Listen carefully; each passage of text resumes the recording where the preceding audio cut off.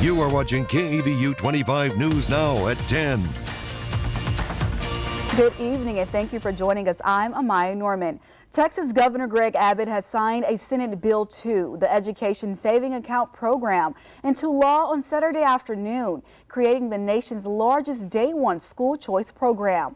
The new ESA program allows approved families to use public funds for private schools' expenses like tuition, supplies, and travel. In its first year, it's funding at $1 billion, with each student receiving about $10,000 to 85% of the state average. Special education students can get up to $30,000, while homeschoolers may receive up to $2,000. Lawmakers could change the funding cap in future sessions.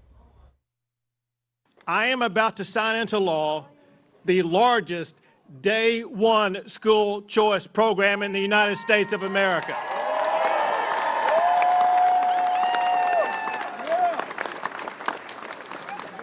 Today is the culmination of a movement that has swept across our state and across our country.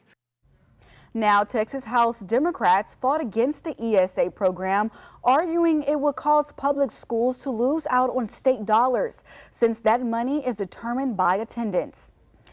Voters in Victoria have selected the next mayor of Victoria after tonight's election. 25 News Now reporter Trenton Whiting is here to break down the mayoral election and present the winner. Trenton. Thanks, Maya. Dwayne Crocker will continue his post as mayor after his victory over Jacob Saucy Sauceda. Crocker won with over 80% of the vote. This is the second victory in a row for Mayor Crocker after winning last year's special election to finish out an active term. I spoke with him earlier and he expressed his excitement to be able to continue many of the projects the city has been working on. Obviously, I'm very happy with the results. I think it speaks to people feel like that the city's going the right direction. I appreciate the trust that you place in me, and I will continue to do this job to the best of my ability and see if we can build Victoria and grow Victoria and keep us going on the right direction. Mayor Crocker hopes to continue focusing on different initiatives, such as the transfer of the University of Houston Victoria to the A&M system, which he says is moving forward. Mayor Crocker begins his new term immediately. He'll be up for re-election in 4 years in 2029. Maya, back to you. Thank you so much, Trenton, and congratulations to our new mayor. In the race for Victoria District 6, the 6th seat, incumbent Margaret Pruitt faced a challenge from Andy Rokovich. With a 69.2% of the total vote, Margaret Pruitt has won the race for District 6.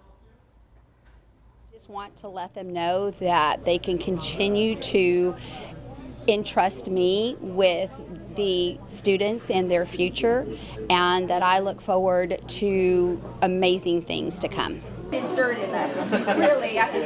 Pruitt continues her run as a school board member for Victoria ISD. After Kristen West dropped out just 2 days before the election, the race for Victoria ISD District 7 seat was down to 2 candidates, Joshua Moore and Michael Costello. They were competing for the seat held by board president Mike Mercer, who was not seeking re-election. With 50.9% of the votes, Mickey Costello has won the race for District 7. West received 12.7% of the votes, while Moore received 36.4%. Victoria, there's some good things coming our way. We need to get more people involved. Our turnout was less than 10% in this local election. Would have liked to have seen more, but I'm very happy with what we got and who showed up, and I really appreciate every vote that we got today. All right, now residents in Bloomington have voted on whether to incorporate their community, and the results are in. With 187 votes in favor and 60 against, the measure has passed to incorporate. This follows a petition that includes the entire town. Voters in Victoria have decided on a proposed funding measure for renovation to the Victoria Community Center. The measure, which called for a vehicle rental tax and an increase in the hotel occupancy tax, aimed to help fund the $35 million project without raising property taxes. With 2,308 votes in favor and 1,241 against, the measure has passed. Now votes in Calhoun County have decided on the proposal to create a hospital district to support Memorial Medical Center, with 690 votes in favor and 681 against. The measure has passed with a total of 50.3% of the votes in favor for it. The proposal has established a taxing entity funded by property tax to help provide constant funding for the hospital. In the race for Calhoun County Independent School District members at large, Dana Dorchick has won the 61.5% of the total vote, defeating David Gaskamp. In the Calhoun Port Authority's Commissioner District, 5 race has resulted in with both Roger Martinez Jr. and Thomas Guerra each receiving a 62 vote. The position that helps oversees the region economic engine at the Port of Calhoun. In the race for Calhoun County District 3 seat, Tyler McCuffey has won with 65.5% of the total votes, defeating Renee Flores. And the race for Cuero's councilman at large saw Russell Mobley, Adam Arreo, and Charles Toonley battling for the position. Adam Arreo has claimed victory with a 52.9% of the vote.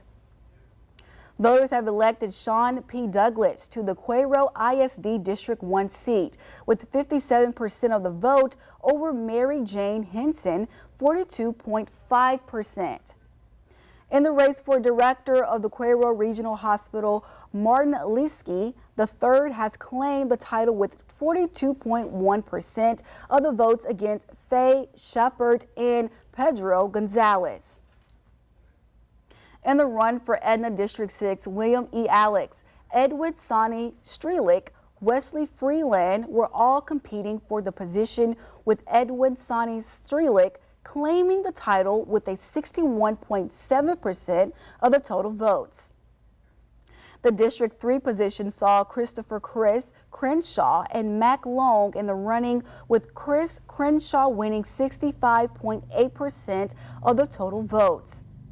And Seadrift has elected a new council person today. After a 5-way race, Kenneth Reese came out on top with a 29.5% of the votes. The other candidates in the race were Tracy Johnson, Richard Battles, Tanya Cunningham, and Christy Kosser. In the race for Yorktown ISD School Board Trustee, Aaron Koopman secured a win with a 24.3% of the vote. And this brings us to your viewer poll today. What local issues matter most to you this election? School district mayoral taxes, Bloomington, and at 56% is taxes, and still at the second was school district at 36%. Well, we still want to hear from you. You can continue to vote in our viewer poll. Just come to our website at crossroadstoday.com, and thank you for voting. As a local election results are now. Now, finally, we're joined us with a political expert to break down the election. Thank you for taking your time out to join with us. So now we're going to get to it. So we're going to start with the mayor race. So do you expect the voting turnout to be like how it was? Yeah, I was surprised that our voting turnout overall was actually more than it was last summer. So I think that's the good news, is last summer it was 7.5%. This year it's 8.6%. The bad news, Amaya, is that we've got 52,000 registered voters and only 4,400 of them voted. So there's still a lot more folks who can participate, but it's nice that we are making progress getting more people to participate. Yes, most definitely. So now we're going to move forward to our mayor race. So do you think Crocker background gave him an advantage of winning? You know, he's been in this position, he knows the field. So do you think his background gave him this advantage? Absolutely, and he can point to a record of things that he's actually done in the last year, which is a tremendous advantage. And before he was mayor, he was a city councilman, so he has that record as well. that experience and record, I think, means a lot to the voters because they see this person as being knowledgeable. He doesn't need on-the-job training. He's been there, he's done that. And as was mentioned earlier in the news report, he's working on some very major things right now that could totally transform Victoria. So I think having that experience definitely helped Mayor Crocker. Yes, most definitely. Now to Sauceda. Now with him having his, well, you know, he's actively involved with volunteering in the community, and he's also well known as a friendly, you know, Victorian. So do you think, like, what do you believe was the disadvantage here? Now he mentioned that let's make a difference, let's stop sticking to the tradition, let's make a change. What do you think was the disadvantage for his race here? Well, the first thing I'll say about Jacob is that he should be really proud. When he ran for mayor before, he got 70 votes. This time he got 657 votes. That's a tremendous increase in just a year's time. So he should be really, really proud of that.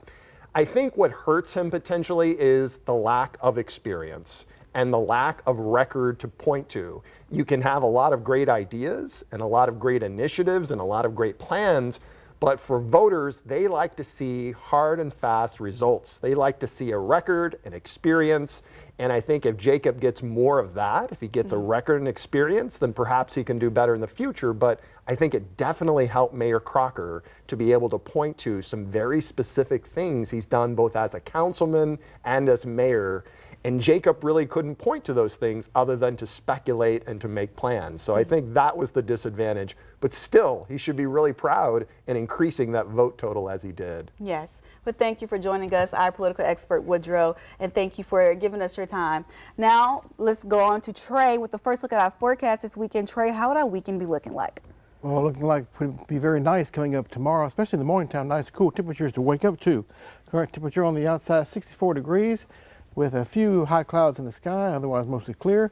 And the dew point's 56 degrees. It's quite dry in the upper levels of the atmosphere and also at the surface where we are here, causing it to be a little cooler for your night tonight and to early tomorrow morning.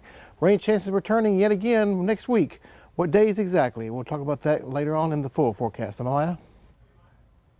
About 300 South Texas residents near Boca Chica Beach, mostly SpaceX employees, will decide whether to incorporate their neighborhood, known as a Starbase, into a full-fledged city. To read this full Texas Tribune article, visit our website at crossroadstoday.com. One person is dead after a small plane crashed into two homes in Simi Valley, California, near Los Angeles on Saturday afternoon. Officials say it was a small single-engine plane. The pilot did not survive. Police say it is now not yet known if there were additional people in the plane.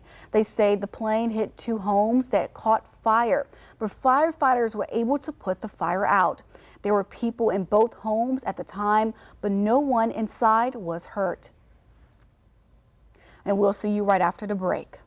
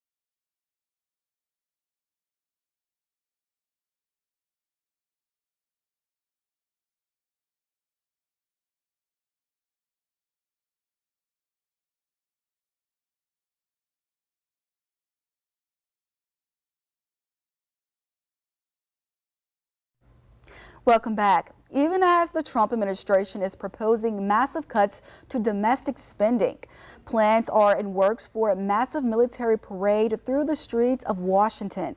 But the cost of that June 14th celebration is unclear. Here are the details. One day after President Trump said he wanted to rename Veterans Day, the White House backtracking, saying Victory Day for World War I will be an additional proclamation and not a replacement of the holiday that honors all our nation's veterans. As for the president's plans to make May 8th Victory Day for World War II, according to the Congressional Research Service, establishing a federal holiday or national observance requires the passage of a law. Though the Trump administration is planning a massive military celebration through the streets of Washington to mark the 250th anniversary of the U.S. Army, the cost of the June 14th parade remains unclear, but it comes as the president proposes $163 billion in cuts to domestic spending. His $1.7 trillion budget proposal for next year slashes half the CDC budget from $9 billion to $4 billion. What's your message to Americans who look at this proposal and see these major cuts in health spending and who are worried about the future of the CDC and for critical research? We believe it's necessary to reform the CDC, to narrow its focus, to actually go after infectious disease. Energy programs gutted as well, including an initiative to help low-income Americans pay their energy bills. Republican Mike Lawler of New York calling those energy cuts reckless, saying it will leave his constituents out in the cold. Meanwhile, EPA Administrator Lee Zeldin has announced a significant reorganization of his agency, including the creation of a new Office of Applied Science and Environmental Solutions, which he says will put science at the forefront of the agency's rulemaking. Zeldin says this reorganization will save about $300 million. Selena Wang, ABC News, Washington. Chinese e-commerce site Temu is overhauling its U.S. shipping model after a key tariff exemption expired Friday. The company says all U.S. sales will now go through local sellers and is actively recruiting more to join the platform. Temu had relied on the de-mini rules, which allowed duty-free shipments under $800, but that exemption ended under a recent executive order. Temu says its items from local warehouses won't have added import charges. And the Trump administration plans to cut up to 1,200 employees at the CIA and other intelligence agencies. Two sources familiar with the situation tell NBC News the cuts will take place over several years. The cuts will happen through buyout options, early retirements, and scaling back hiring. But no mass firing are planned. The CIA declines to comment on the report cutbacks. President Donald Trump shared an AI-generated image of himself basically as the Pope on social media Friday. The image was then shared by official White House account on social media. The post comes days after he joked with reporters that he will like to be the next Pope, before stating he didn't have a preference on who the next Pope should be. Pope Francis died of a stroke and heart failure on Easter Monday. Trump attended his funeral last weekend.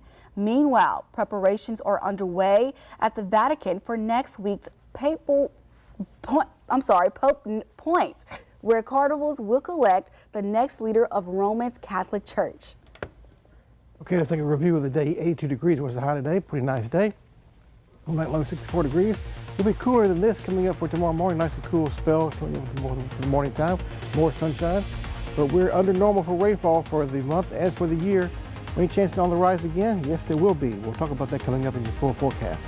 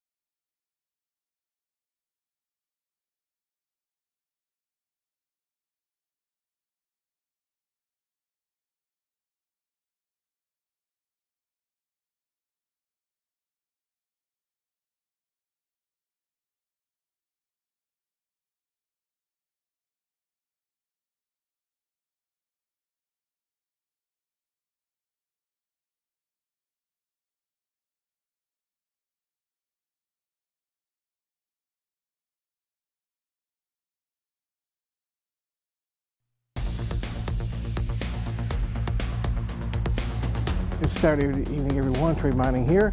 And no rain in the area currently. Some high clouds passing on through west to east.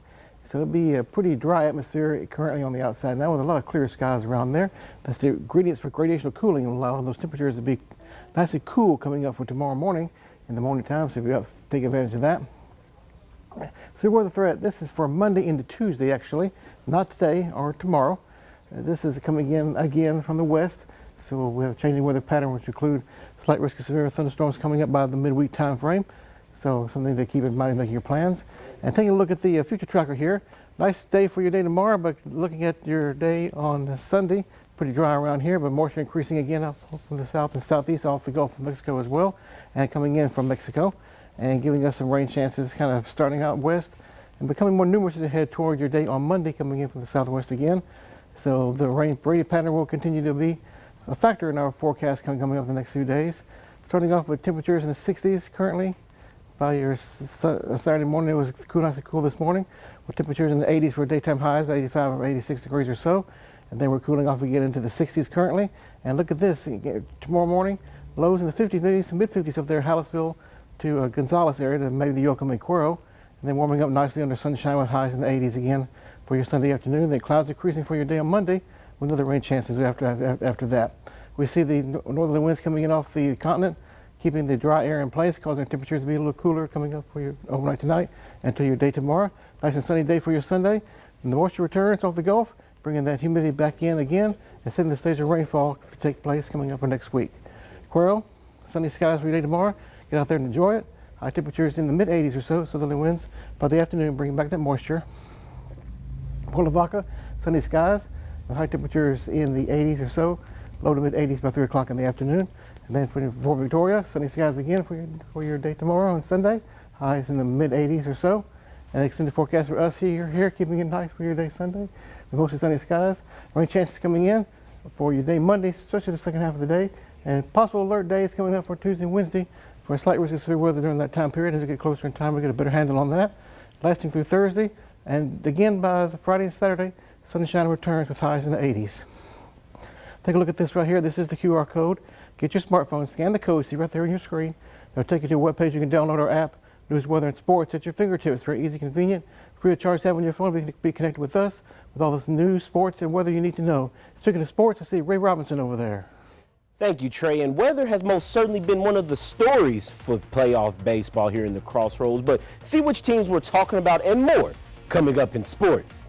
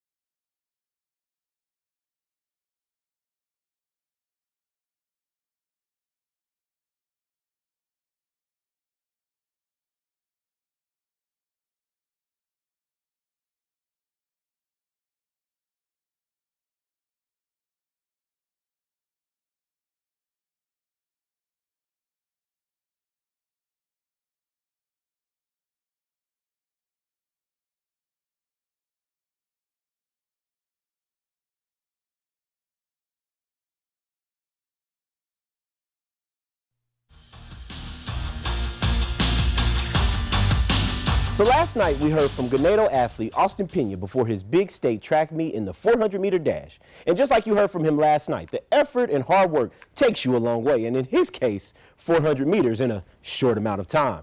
Austin's words was evident in his performance, finishing third place in this morning at state. Austin beat his regional numbers with a time of 49.53. Previously, he recorded a 50.75 in the regional Kingsville track meet.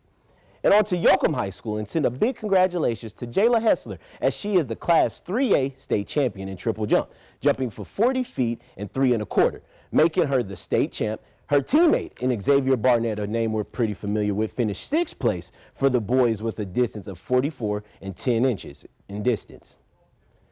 And on to some playoff baseball here in the Crossroads, starting off with the Industrial Cobras. The Cobras begin their postseason taking on Poth last night in a doubleheader. The Cobras take the series, winning both games in a sweep down in Sinton last night. First game was a close one, final score 3-2. In the second game, the Cobras continued their winning streak with the final score 4-1. In the anticipated playoff baseball game between the Ganado Indians and Refugio Bobcats continued their series today after beating Refugio, final score 10-0. And thankfully, in the Indians' case, there will not be a Game 3. They beat the Bobcats in Game 2, final score 5-2.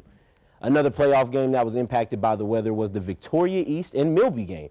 After splitting the series on Thursday night at Riverside, the Titans was the road team yesterday battling against Milby when a weather delay caused the game to end, but the Titans got back to where they left off, beating Milby today, final score 9-1, advancing to the playoffs. And the weather wasn't playing a part in the Warriors' opening playoff matchup against Galena Park. The Warriors beat Galena to kick off their series, final score 3-1 yesterday, and the Warriors would then go on to complete the sweep, winning the second game today, final score 18-7. And folks, looks like we're getting a Game 7 as the Houston Rockets look to come back from a 3-1 deficit after beating the Golden State Warriors, final score 115-107. This team has been a different team at the end of Game 4, and the roster is known for its youth stepping up, but last night was a big one for the veterans to play some crucial basketball. Here's a word from head coach Ime Udoka. Defense travels, our physicality and our awareness has improved throughout the series, and in general, I think our young guys aren't really fazed by things. They just continue to play through it, and you know, like you guys mentioned, they have really good veterans that steady them at times, and so for us, it was just continue to do what we did to get here. Even in the games that we lost, we didn't play our best. We played the average game at best, and there were some one-possession games, and when we've played good basketball, we've had some blowouts, and so. That's right. It's going to be an exciting Game 7 tomorrow at 7:30 p.m. for our time on TNT. So you could definitely expect us talking Houston Rockets with Trenton tomorrow night. But that does it for your sports. Amaya? Thank you so much, Ray. Now, one performer unusually acts in a captivating audience around the world. See how she's putting a new twist on a classic story.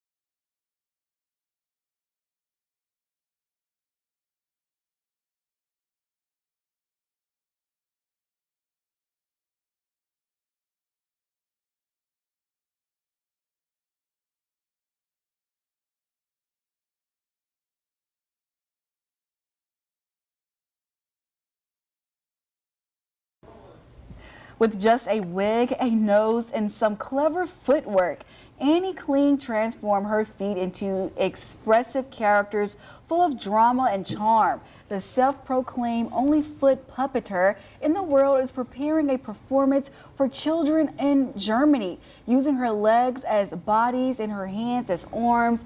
Klings brings her fairy tales and comedy to life in a style she invented herself. Developed from years of experts with the mask and physical threats, she performed around the world, from Japan to even appeared in Britain Got Talent, which is interesting. Wow. Now, you know, people have gifts and talents. I think I can use my hand a little bit. Yeah. I think so. Yeah. I guess in her case, she can't break a leg. Break a leg. That's true. Yeah, I like that one. That is true. That's good weather. Not sure how's that weather going to be looking this Let's see. We're looking pretty nice for your day tomorrow. Sunny skies, highs in the 80s. Cool start tomorrow morning, lows in the 50s. All right. Feeling nice. But the rain comes back Monday afternoon. Last to Tuesday, Wednesday, possible alert day on Tuesday for maybe a severe weather threat. You get closer in time, we get a better handle on that.